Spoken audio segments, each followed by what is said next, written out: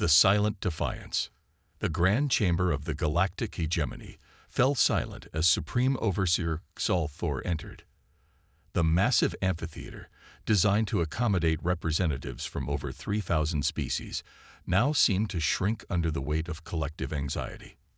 Xol, a towering figure from the ancient Vexari race, moved with deliberate slowness to the central podium, his 12 eyes scanning the assembly. "The humans have refused our final ultimatum," he announced, his voice amplified and translated simultaneously into hundreds of languages. "They sent no envoy, offered no terms, proposed no compromise. They simply ignored us." A ripple of unease spread through the chamber.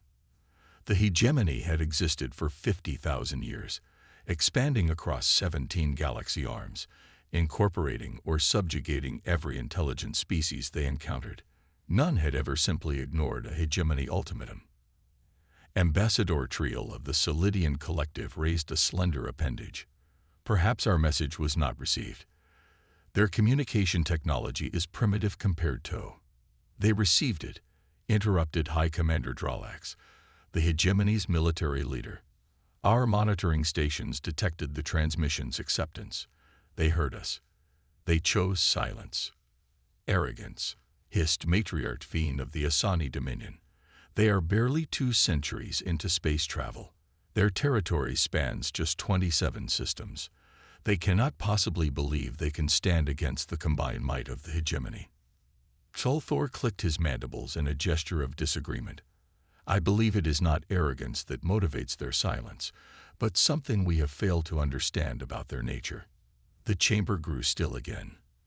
When the hegemony had first encountered humans 80 years ago, they had followed standard protocol, demonstrated overwhelming force, demanded submission, and extracted resources and knowledge from the primitive species. Earth's resistance had been passionate but brief. Regional human governments surrendered after orbital bombardments destroyed several major cities. The hegemony had established administrative control, maintaining a light presence on Earth while extracting what they wanted: rare minerals, biological specimens, and labor for their more dangerous mining operations. As with 1,000 species before them, humans were expected to gradually accept their place in the galactic order, eventually being granted limited representation after a century or 2 of proven loyalty. But humans had not followed the script. "Let us review what we know," said Xol, activating a holographic display. "After our withdrawal from direct administration 20 years ago, we expected continued compliance. Instead, they unified their planet under a single government for the first time in their history.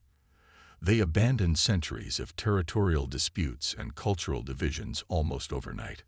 The display showed Earth as it appeared now, a planet humming with activity, its orbit crowded with constructions that had sprung up with alarming speed. Their technological advancement accelerated beyond all predictive models. Continued Xol, "We estimate they compressed what should have been 5 centuries of development into 2 decades. They did not merely adapt our technologies. They reimagined them." High Commander Dralax stepped forward, his battle-scarred exoskeleton gleaming under the chamber lights. "We lost contact with our monitoring outposts in the Praxis, Deneb, and Altair systems last year. When we sent investigative forces, we found the outposts abandoned, all hegemony personnel evacuated but unharmed, relocated to the edge of hegemony space, with no memory of how they were transported." "No memory?" questioned Ambassador Lurin of the Myth Confederacy. "Mind-wiping technology is strictly prohibited by hegemony law." "It was not mind-wiping," replied Dralax, his voice tight with controlled anger. "Medical examination showed no neural tampering. Our personnel simply experienced nothing. One moment they were at their posts. The next they were on transport ships at the border, with no sense of time having passed." The implication sent a chill through the chamber. Teleportation technology had eluded even the hegemony's most advanced scientists. The energy requirements were theoretically impossible to meet, yet the evidence suggested humans had not only developed it but deployed it with surgical precision. "We attempted diplomatic re-engagement 15 times over the past decade," said Xulthor. "Each time, our envoys were turned away before even reaching Earth's solar system. Not through force. Our ships simply found themselves unable to maintain course, as if space itself rejected their presence." "Impossible," muttered someone from the assembly. "3 months ago, we detected unusual energy signatures from 32 human worlds simultaneously. Our analysis suggests they have developed a communication method that operates outside normal spacetime, instantaneous across any distance, something our scientists have theorized but never achieved." The holographic display shifted to show a fleet of hegemony warships. "We dispatched our 7th fleet to establish a blockade of the Sol system. 273 ships, including 17 planet crackers." Xulthor paused. "The fleet never arrived." Gasps echoed through the chamber. "We found them 3 days later, intact, crews unharmed, but every ship was completely powered down, drifting in deep space. When systems were reactivated, we discovered all weapon systems had been reconfigured. They no longer function as weapons. Instead, they generate a peculiar energy field that our scientists are still trying to understand." Fear, naked and undisguised, now showed on the faces of many representatives. The hegemony's military supremacy had never been successfully challenged. "Humans appear to operate according to principles we do not comprehend," Xulthor continued. "They do not seek territorial expansion. They have not attacked hegemony worlds beyond neutralizing direct threats. They have established trade with non-hegemony species, but refuse all diplomatic contact with us." "What do they want?" asked Ambassador Triel, their voice trembling. "We believe they want to be left alone," Xulthor replied simply, "and they have demonstrated the capacity to enforce that desire."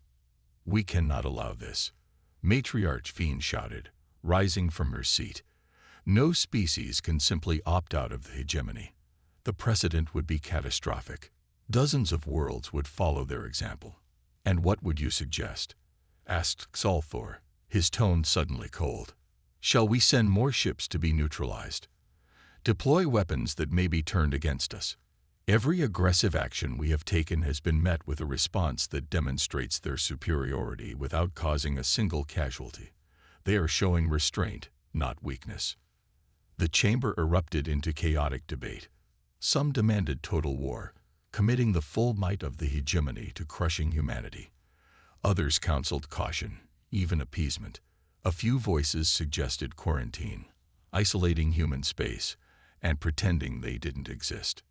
As the arguments raged, a junior communications officer approached Xulthor, visibly shaking. The Supreme Overseer bent to hear the message, then straightened slowly, raising his appendages for silence.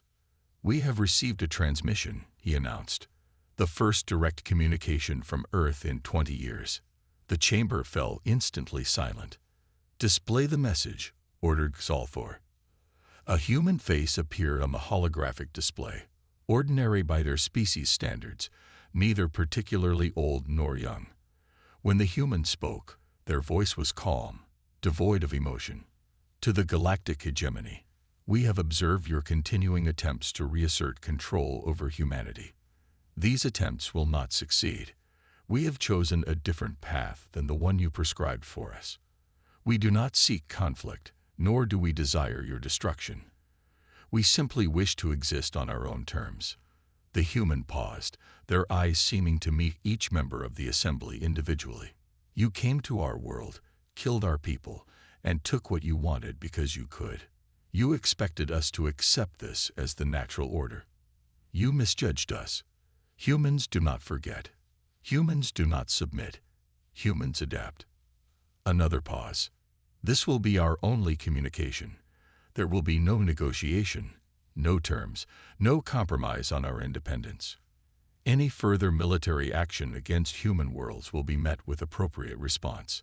Any peaceful approach will be welcomed. The choice is yours." The transmission ended, leaving the chamber in stunned silence. Xulthor looked out at the assembly, his ancient eyes reflecting a weariness beyond measure. For 50,000 years, the hegemony has operated on the principle that superior force guarantees compliance. We have encountered a species that has rendered that principle obsolete. The question before us now is not how to defeat humanity, but whether we can adapt to a galaxy where we are not the unchallenged power. As the implications of his words sank in, fear gave way to a deeper emotion, one unfamiliar to many in the chamber. It was the dawning recognition that the universe had changed irrevocably, and the hegemony would either change with it or fade into history. Outside the chamber, among the countless stars visible from the hegemony's capital world, humanity watched and waited. They had not sought this confrontation, but neither would they yield. The silence they maintained was not a surrender, but a boundary drawn in the stars themselves, a line that said, "Thus far, and no further." The unconventional victory. 3 standard months after the human transmission, the galactic hegemony remained paralyzed by indecision. The Supreme Council had been locked in continuous session, debating strategies that ranged from full military mobilization to unprecedented diplomatic concessions. Meanwhile, intelligence reports painted an increasingly alarming picture of humanity's capabilities. High Commander Drelax paced the war room, surrounded by his top strategists. Holographic displays showed the current disposition of hegemony forces, a massive buildup along the borders of human space. "The Sovereign Fleet is in position," reported Admiral Zex. 700 capital ships, including 30 planet crackers, and the Supreme Dreadnought itself. Nothing of this scale has been deployed since the Velith Rebellion. "And what good will it do if the humans can simply shut down our systems?" countered General Krell of the Special Operations Division. "We still don't understand how they neutralized the 7th Fleet." Drelax slammed a clawed appendage on the tactical display. "Because we have been thinking conventionally. The humans adapt. So must we. This deployment includes ships retrofitted with isolated power systems, manual weapon controls, and redundant command structures. If one system is compromised, others will function independently." "You assume they will use the same tactics," said a quiet voice from the doorway. All heads turned to see Xiri, the hegemony's foremost xenopsychologist, enter the war room. A member of the reclusive Teleri species, Xiri rarely left her research facility. "You've studied them for decades," Drelax acknowledged. "What do you predict?" Xiri moved to the center of the room, her silver eyes reflecting the holographic displays. "Humans never repeat tactics. They innovate constantly. More importantly, they think differently than any species we've encountered. Where we see power as the ability to destroy, they see it as the ability to transform. Where we seek control, they seek understanding. Philosophical distinctions won't matter when our fleet reduces their worlds to ash," growled Drelax. "You still don't understand," Xiri replied. "Humans anticipated this response from the moment they began their resistance. Your fleet is not surprising them. They are counting on it." Before Drelax could respond, alert signals flashed across the command displays. Admiral Zex rushed to the console, his expression shifting from confusion to disbelief. "The Sovereign Fleet, it's reporting widespread navigation failures. Ships are unable to maintain formation. Coordination systems are changing." "Changing how?" demanded Drelax. "Their tactical networks are being reprogrammed, not disabled, repurposed. Fleet communications remain operational, but they're carrying music." "Music?" Drelax's voice rose in disbelief. "Human music, thousands of compositions, flooding every channel. And messages, personal messages from humans to our crews. Not threats, stories, questions, invitations to dialogue." As the war room erupted in confusion, Xiri nodded slowly. "As I predicted, they're not fighting our fleet. They're communicating with it, individual to individual, bypassing command structures entirely." Reports continued to pour in over the next hours. Throughout the massive Sovereign Fleet, crews were receiving personalized messages in their native languages. Some contained historical accounts of Earth's occupation and the suffering it had caused, told without accusation or demand for reparation, simply truth, offered directly to those who had never heard it. Others contained explanations of human culture, art, philosophy. Still others posed questions about hegemony species' own histories and experiences under the regime. No weapons were fired. No ships were disabled. Instead, something far more dangerous was happening. Conversation between ordinary beings, unmediated by hegemony protocol or propaganda. This is psychological warfare, Drulax insisted as the situation deteriorated. They're manipulating our forces, creating dissent. No, corrected Xiri. This is humanity demonstrating a form of power we've never conceived. They're showing that understanding can be more effective than destruction. Within 3 days, the situation had become untenable. 15% of the sovereign fleet had broken formation, captains declaring they would not fire on human worlds regardless of orders.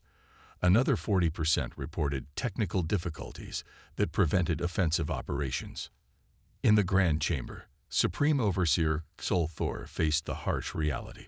The deployment has failed, he announced to the Assembly. Not through military defeat, but through something more profound. The humans have reached directly to our people, bypassing our authority structures. They have created connections we cannot sever without revealing ourselves as tyrants to our own citizens. We must declare martial law, demanded Matriarch Veen. Execute the defectors, reassert control. And then what? Asked Xol. Fight a war on 2 fronts, against humans and against our own people. The age of unquestioned obedience is ending. The humans have shown another way is possible. As the hegemony leadership grappled with this unprecedented crisis, human activity continued unabated. They expanded their mysterious instantaneous communication network, connecting not just their own worlds, but offering access to non-hegemony species. Trade routes shifted, bypassing hegemony-controlled hubs. Cultural exchanges flourished between humans and dozens of species who had previously known only isolation under hegemony rule. Most disturbing to the hegemony elite was the emergence of something entirely new, a form of interspecies cooperation based not on dominance, but on mutual benefit. The concept was so alien to hegemony thinking that they lacked even the vocabulary to describe it. 6 months after the failed deployment, Xol stood alone in his private chambers, gazing out at the stars. A soft chime announced a visitor. Xiri, the chin-up psychologist. You've studied them longest, Xol said without turning. What happens now? The hegemony as we've known it cannot survive, Xiri replied simply. But something new can emerge. Humans don't seek our destruction. They seek transformation. Their message has always been consistent. They refuse to participate in a system built on domination. And the alternative? They're already building it. A network of worlds cooperating by choice, sharing knowledge freely, respecting sovereignty. Some call it the Concordance. Nearly 300 former hegemony worlds have already declared alignment with it. Xol turned, his ancient eyes showing resignation. We built an empire that spanned galaxies. How could one young species undo it so quickly? Because they understood something we forgot thousands of years ago, Xiri said gently. True power lies not in making others submit, but in creating systems where submission is unnecessary. 2 years later, the once mighty galactic hegemony had ceased to exist in any meaningful sense. Its military forces had largely disbanded or reorganized as defensive units for individual worlds. Its administrative structures had collapsed under their own weight as world after world withdrew recognition of their authority.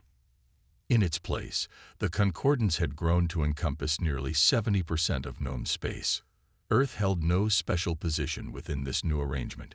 Humans served as facilitators rather than rulers, helping species with ancient enmities find common ground, sharing technologies that elevated rather than controlled. On a space station orbiting a neutral world, a historic meeting took place. Xol, no longer Supreme Overseer but simply the representative of his people, sat across from a human diplomat named Sarah Chen. Your people could have destroyed us, Xol acknowledged. You had the capability. Chen smiled slightly. That would have made us no different from you at your worst. We chose a harder path. Why? The question contained 50,000 years of hegemony thinking, the inability to comprehend power not used for domination. Because humanity learned something important during our darkest days under hegemony rule, Chen replied. We discovered that our greatest strength wasn't our ability to fight, but our ability to envision a better future and work toward it despite all evidence that it was impossible. She leaned forward. We're not special. It's all for. Any species could have done what we did, but sometimes it takes someone who has felt powerless to reimagine what power could mean. As they finalized the agreement that would bring Clotho's people into the Concordance as equals, not subjects, the former Supreme Overseer finally understood why humanity had maintained their silence for so long. They had not been refusing dialogue.